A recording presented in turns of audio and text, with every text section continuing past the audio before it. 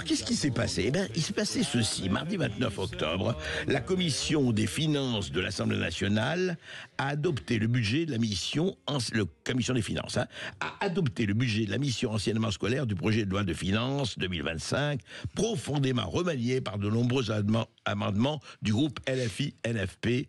Voilà. Et alors, parmi ces amendements, eh bien, il y a un amendement du député La France Insoumise, Paul Vannier, et qui dit un truc très simple, pour lui très très simple, ça a été adopté, encore une fois le 29 octobre en commission. Il envisage de financer la gratuité totale de la scolarité, donc de l'école publique, par la suppression de l'essentiel, en tout cas une grosse partie des crédits de l'enseignement privé. Voilà, je vous ai donné les chiffres, 6 milliards 300 millions, ou 6 milliards 200 millions, et bon voilà, on fait une soustraction et on fait une addition. Alors, est-ce que c'est aussi simple que ça ? Bonjour Benoît Perrin. Bonjour André. Vous êtes directeur de Conscrits Mesdames Associés qui a fait une remarquable étude, je le dis parce que je la recommande vraiment, sur école, public, privé, écart de coûts et écart de résultats. Voilà, vous avez fait ça pour la rentrée là qui vient de paraître, rentrée 2024. Et donc, qu'est-ce qui se passe exactement ? C'est une proposition, certes, ce n'est pas du tout voté, mais quand même, ça a été ratifié par la commission des finances. En fait, je crois que effectivement, la partie la plus radicale à gauche de l'Assemblée, en fait, utilise toujours la même stratégie. C'est-à-dire, en fait, pour promouvoir la gratuité pour tous, eh bien, ils vont piocher dans la poche des uns et des autres, et notamment, en gros, ceux qui réussissent. Ils vont piocher dans la poche des grosses entreprises pour financer les dépenses inconsidérées qui sont les leurs. Ils vont piocher dans l'argent des contribuables qui ont le mieux réussi pour financer les aberrations qui sont les leurs. Et là, faites payer les riches. Exactement. Et là, même logique. Plutôt que de se dire, en fait, il y a des choses qui fonctionnent. Par exemple, des grandes entreprises qui marchent bien. Par exemple, des Français qui réussissent bien. Comment ils ont fait? Comment finalement on peut les imiter? Et là, c'est la même histoire. C'est-à-dire qu'en fait, ils se disent, il y a un système qui marche bien. En l'occurrence, le système privé qui marche bien en termes de résultats et en termes de coûts. On va y revenir.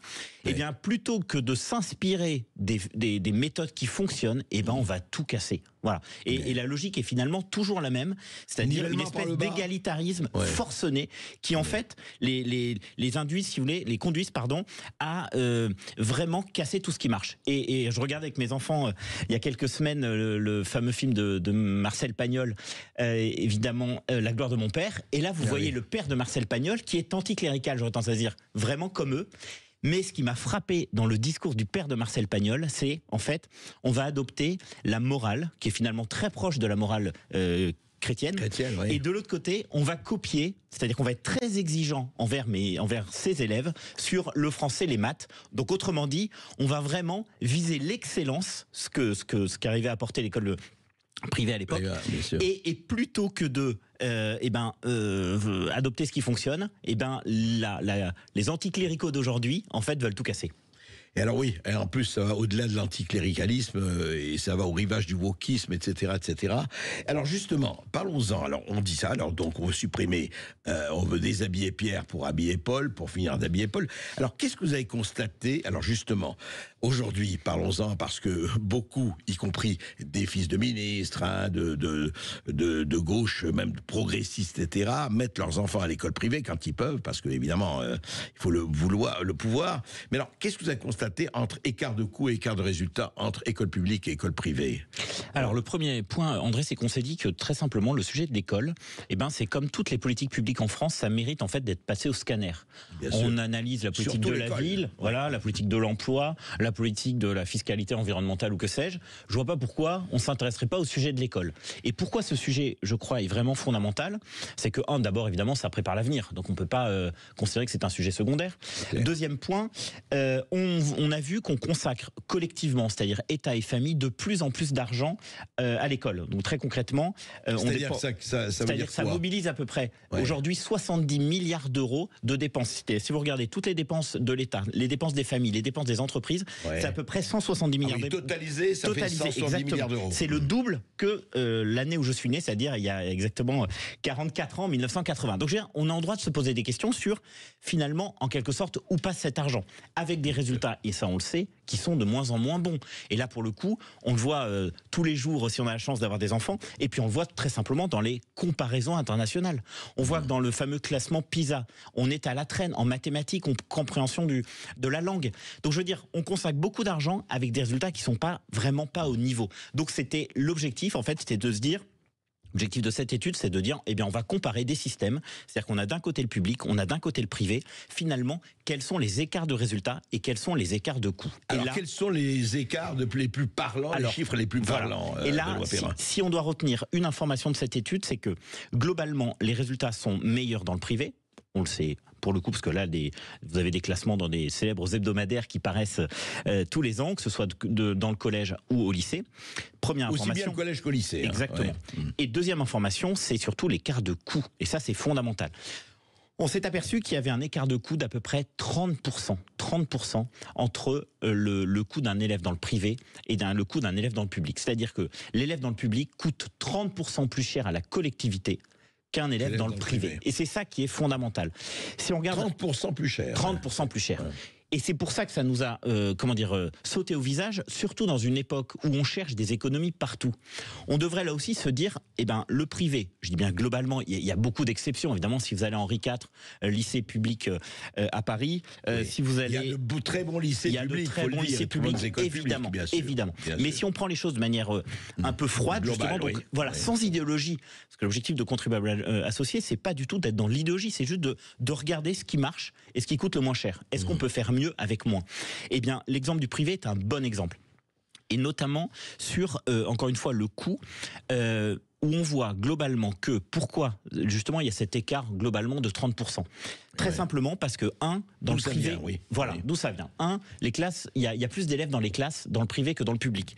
Dans le premier degré, il y a 2 élèves de plus par classe. Dans le secondaire, il y a 1,5 élèves de plus. Donc, on va dire effet de masse. Deuxièmement, très simplement, les pensions de retraite. C'est tout bête. Mais quand vous êtes prof dans le public, vous êtes fonctionnaire. D'accord ? Et donc, du coup, votre retraite est calculée sur vos 6 derniers mois. Ce qui fait une retraite d'à peu près 2500 €. Dans le privé, quand vous êtes prof, vous cotisez au régime général des retraites, et du coup, qui est calculé sur vos 25 meilleures années. Donc ça coûte moins cher. C'est-à-dire, fonction publique, c'est 6 derniers mois qu'on calcule la retraite. Exactement. Le privé, c'est 25 ans. 25 dernières années. Et dans le public, en général, on gagne mieux sa vie en fin de carrière, justement parce qu'il y a une grosse part d'ancienneté. Donc ça coûte plus cher en termes de retraite. Il y a un truc tout bête, c'est que dans le privé, on s'est aperçu, et on l'a vu avec des directeurs d'école, c'est que les professeurs remplacent plus naturellement des collègues absents que dans le public. Autrement dit, dans le public, très souvent, et là, il suffit de parler avec les gens qui nous entourent pour s'apercevoir que dès qu'il y a un prof qui est absent, il est finalement pas systématiquement remplacé. Alors que dans le privé, il y a une espèce de solidarité qui s'exerce, précisément parce que les gens se tiennent en gros dans un projet beaucoup moins... En tout cas, beaucoup moins pénalisant, parce que des profs viennent donner un coup de main aux profs absents. Ensuite, il y a moins de profs agrégés dans le privé que dans le public. Et un prof agrégé, ça coûte plus cher. Ensuite, élément fondamental, dans le public, vous avez donc beaucoup de fonctionnaires qui sont profs, évidemment. Et donc, du coup, dès lors que vous augmentez le point d'indice, c'est-à-dire que dès que le gouvernement veut faire un geste, vous savez, envers les fonctionnaires, ça a un poids très important. Le nombre de fonctionnaires dans le ministère de l'Éducation nationale, c'est, tenez-vous bien André, 1,2 million de fonctionnaires. C'est 50% des fonctionnaires de l'État. 1,2 million de fonctionnaires. Voilà. Qui n'enseignent pas. Alors, qui enseignent et qui n'enseignent pas. Et là, on va y venir justement, qui n'enseignent pas. C'est ça qui est très intéressant. Quelle est la part, C'est ça qui est justement très intéressant. Et donc, juste pour terminer sur le nombre de fonctionnaires, pour comprendre qu'en fait, l'enseignement, l'éducation nationale, c'est 50% des fonctionnaires de l'État. C'est 20% des fonctionnaires globaux si on prend la fonction publique territoriale, la sécurité sociale et l'État. Donc, je veux dire, dès que vous augmentez le point d'indice, je rappelle quand même qu'il a augmenté de 3,5% l'année dernière, eh bien ça a un impact considérable sur les coûts. Et donc vous parliez de manière très, très juste effectivement de cette histoire on va dire d'encadrement, et c'est aussi pour ça que c'est intéressant, parce que l'éducation nationale, c'est quasiment l'exemple caricatural de la suradministration française. Pour vous donner un chiffre, vous avez, tenez-vous bien, à peu près, c'est pas à peu près même, exactement 220 000 encadrants. Donc parmi ces 1,2 million de fonctionnaires dont je vous parlais, 220 000 encadrants. En Allemagne, ils sont 87 000. Au Royaume-Uni, ils sont 100 000 pour exactement le même nombre d'élèves. Donc vous avez en fait, en quelque sorte, ce qui se passe dans l'école, c'est ce qui se passe un peu, vous savez, dans les hôpitaux, où on vous dit, il y a les ARS et autres. Exactement. Ouais. Il y a beaucoup de personnel qui ne sont pas face à des patients. Et ben dans l'école, c'est exactement pareil. Alors, on a une suradministration très importante dans les rectorats. Oui, Benoît Perrin, expliquez, ces encadrants, c'est quoi leur mission? Alors les encadrants, ils sont beaucoup dans ce qu'on appelle donc le millefeuille administratif et quel millefeuille territorial. Donc vous avez en France le ministère est divisé en plein de départements évidemment, mais exactement comme dans la santé, vous avez les ARS, les groupements hospitaliers, les hôpitaux et tout ça. Là vous avez des régions académiques, il y en a 18. Vous avez des académies, il y en a 30. Vous avez des directions académiques, vous en avez 97. Il y a des circonscriptions du premier degré, il y en a à peu près 1000. Donc vous avez à chaque strate énormément de personnes administratives qui pondent souvent des normes et qui réduisent d'autant, et c'est ça, je crois, un élément clé, l'autonomie des établissements. C'est-à-dire que le gros avantage, je crois, du privé, c'est que les directeurs d'établissements ont beaucoup plus d'autonomie. Ils ont plus de marge de manœuvre. Exactement. Sur le recrutement des élèves, sur le recrutement des professeurs, sur les normes qu'ils doivent appliquer. Donc, autrement dit, et on le sait bien, qu'est-ce qui fait la réussite d'un établissement scolaire? Qu'est-ce qui fait que les élèves apprennent mieux? C'est évidemment, la motivation du corps professoral, l'autonomie, justement, des directeurs d'établissement, la bonne ambiance, évidemment, moins de problèmes d'insécurité qu'ailleurs. On le voit bien que, globalement, les Français, au-delà de l'aspect, évidemment, culturel, ont vraiment tendance à vouloir inscrire de plus en plus leurs enfants dans le privé. Question de qualité, question d'efficacité. On va en parler avec vous encore, Benoît Perrin, c'est passionnant. Juste après cette petite pause, effectivement, école privée, école publique, il y a véritablement un fossé qui se creuse. Et pourquoi? On a commencé à en parler, on continuera. Et vous voulez réagir à ce que vous venez d'entendre ou vous avez une question, n'hésitez pas à nous appeler au 0826 300 300. Sud Radio, Berkov dans tous ses états. Et nous sommes toujours et plus que jamais avec Benoît Perrin, directeur de Contribuables Associés, qui a fait une excellente étude sur les rapports entre école publique et école privée, avec des chiffres qui effectivement interpellent, vous en avez parlé. Mais je voudrais revenir à cela. Là, je rappelle que proposition de LFI, d'un député La France Insoumise, supprimer 6 milliards 300 millions de budget alloué au privé pour le reporter sur l'enseignement public pour obtenir la totale gratuité. Mais justement, rappelons, parce que l'école privée a quand même une très grosse subvention de l'État. Enfin, c'est surtout l'État. Alors exactement, c'est ce qu'il vous rappelait, André, c'est que l'école publique, par définition, elle est financée à 100% par de l'argent public, et le fonctionnement en fait de l'enseignement privé est financé à 75% par de l'argent public. Vous avez une part de l'État. C'est à peu près 9 milliards. Et puis après, vous avez une part qui est payée par les collectivités locales, à peu près 3 milliards. Ce qui fait en gros une subvention, je ne sais pas si c'est le bon terme. Et le reste, c'est les parents. Et le reste, exactement, c'est à peu près 25% du reste des dépenses. Ce sont les parents. Et les collectivités locales, comme vous le savez, financent vraiment via une espèce de subvention communale pour les écoles, une subvention du département pour les collèges, et puis c'est financé pour les lycées par les régions. Donc il y a en fait beaucoup d'argent. Et quand les députés LFI disent que le système est majoritairement financé que le système du privé est majoritairement financé par le public, ils ont raison. Encore une fois, c'est 75%. Mais ce qu'ils oublient de dire, c'est que par tête de pipe, par élève, ça coûte, encore une fois, on l'a vu tout à l'heure, 30% moins cher. Oui. Donc plutôt que de dire, en gros, il faut supprimer le privé, nous pensons au contraire qu'il faudrait développer le privé pour faire des économies. Vous voulez dire simplement que les stratégies d'enseignement et du privé devraient être généralisées au public? En tout cas, on est en droit quand même de se dire, dans un moment où on doit chercher des économies, il faut s'inspirer de ce qui fonctionne, et en l'occurrence, l'autonomie notamment des chefs d'établissement devrait être un axe majeur pour justement améliorer la performance des élèves et faire des économies.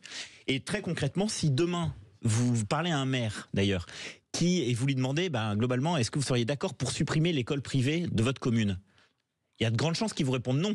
Alors au micro, il dira bah oui, peut-être que c'est scandaleux patati patata, parce que ça me coûte de l'argent, mais il le fera jamais. Pourquoi ? Parce qu'il a bien compris que si le privé disparaît de sa commune, eh ben ça va lui coûter beaucoup plus cher. Ouais, Donc il a aucun intérêt, parce qu'il faudra construire des bâtiments, il faudra embaucher du personnel, il faudra augmenter donc l'argent globalement consacré à l'éducation. Donc il n'a aucun intérêt. Donc en fait, les responsables politiques devraient presque remercier le privé de se développer, parce qu'encore une fois, grâce au privé, on fait des économies. Mais ce qui est intéressant quand même, le privé, on dit qu'il est privé, mais quand il est subventionné aux 3 quarts par l'État, quelle est la marge de manœuvre ? Je m'explique.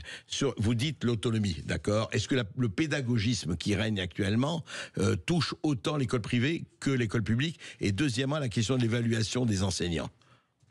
Alors, pour toucher cet argent public, l'école privée doit se conformer au programme. Et deuxièmement, doit assurer qu'il n'y a pas de discrimination, puisque je vous l'ai dit tout à l'heure, ils ont la liberté d'accepter ou de refuser des élèves. Ouais. Ils ont une obligation de non-discrimination. D'accord. Et en contrepartie en quelque sorte de ces 2 obligations, ils peuvent percevoir encore une fois une partie de l'argent public. Sur la question des évaluations, moi ça me semble pas du tout anormal de bien évaluer les profs. Mais ce qui me semble même anormal, c'est que les profs soient fonctionnaires. Je vois pas au nom de quoi les profs seraient fonctionnaires. Et si on casse en fait ce statut de la fonction publique pour les profs, qui pourrait être confié encore une fois à des profs par définition du privé, si on les évalue, bah, ma foi, les bons profs sont gardés dans les établissements et les mauvais profs ne sont pas reconduits dans les établissements. La culture de l'évaluation, je vois pas pourquoi elle s'applique à toutes les politiques publiques, à tout, voilà, sauf aux profs, sauf aux magistrats. Les magistrats, c'est exactement le même sujet. Donc la culture de l'évaluation est une culture qui est quasi absente en fait de l'éducation nationale, et on voit que même les meilleurs profs ont finalement en fin de carrière un salaire qui est quasiment identique, puisqu'on l'a vu, c'est en grande partie par l'ancienneté qui progresse. Et du coup, je crois que ça décourage considérablement un certain nombre de jeunes qui ont l'amour en fait de la transmission. Qui dans l'enseignement. Exactement. Et qui disent en fait, ça sert à rien que je fasse bien mon boulot ou pas bien mon boulot. Au final, je gagnerai autant, et en plus, je serai pas forcément soutenu par ma direction.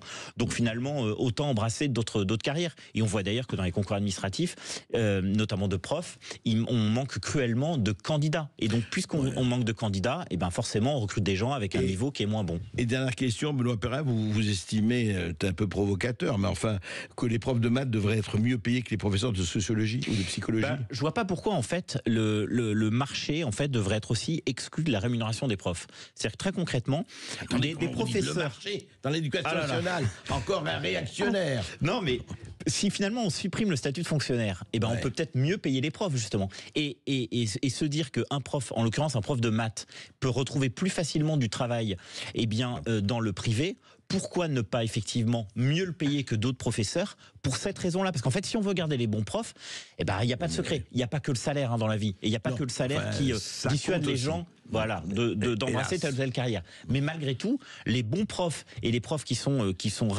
facilement reconvertibles dans un autre univers, ça ne me choquerait pas qu'ils soient mieux payés que les autres. Eh bien écoutez, école privée, public privé, écart de coût, lisez-le, c'est une étude remarquable du contribuable associé. Vraiment, on donne les chiffres et on donne et tous ceux qui ont des enfants et tous ceux qui ont été à l'école apprendront beaucoup de choses. Voilà, et l'objectif